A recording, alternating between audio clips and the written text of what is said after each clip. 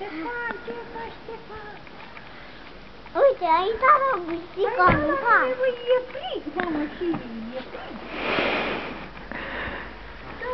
Uite, ce cu mașina. Vede? Nu, că nu se duce, se duce înapoi, mamă.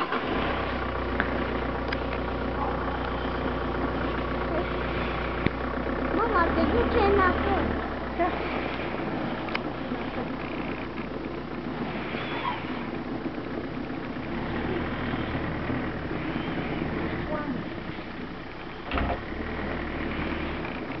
Uite, vine. Mama, vine.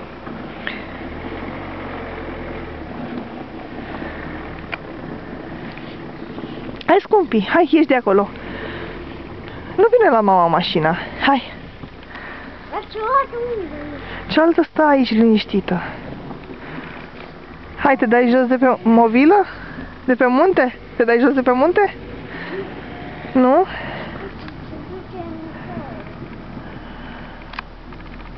Uite cu o bicicuța.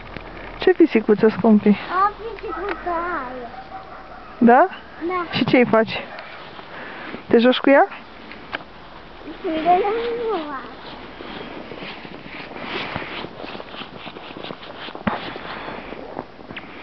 Vezi că pisicile nu stau să te joci cu ele, că le e frică de oameni.